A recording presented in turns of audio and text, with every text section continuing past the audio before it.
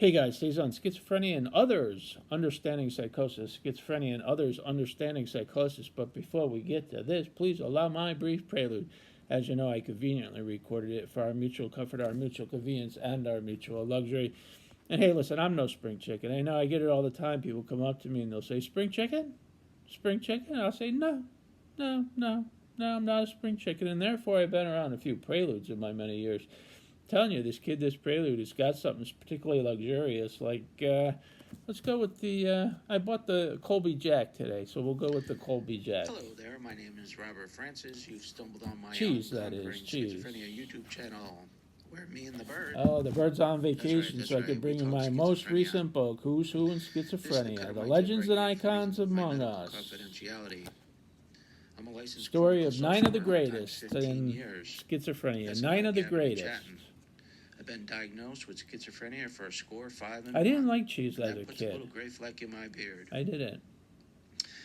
Thank you for joining me on my channel. Now, it's a topic.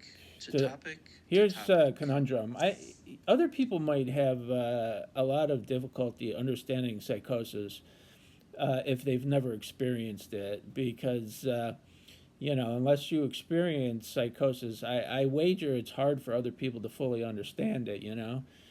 If you've never had psychosis, somebody might say, "Well, if you know it's not true, why do you still think it?" Or, "Why don't you just get it out of your head?"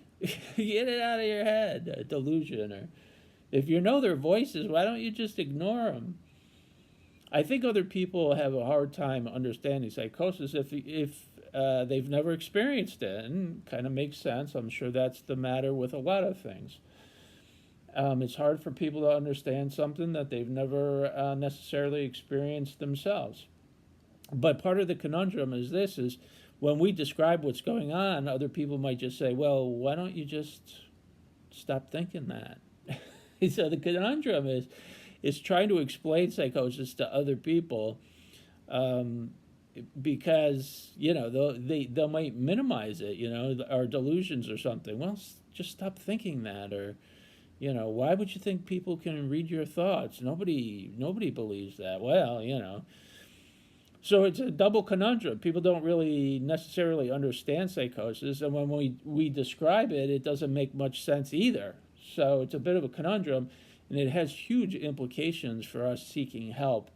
When we try to explain what's going on, even to therapists, they might, if they've never experienced psychosis, they might still be a little perplexed, although they understand schizophrenia clinically. So it's a big conundrum. And something to consider. It's hard sometimes to ask for help to describe psychosis. You describe it and you're asking for help, and you don't get the help because it's not fully understood by others. And that's a barrier. And a barrier that's not luxurious. But I'll tell you what is Colby Jack. I like cheese. I didn't like cheese as a kid.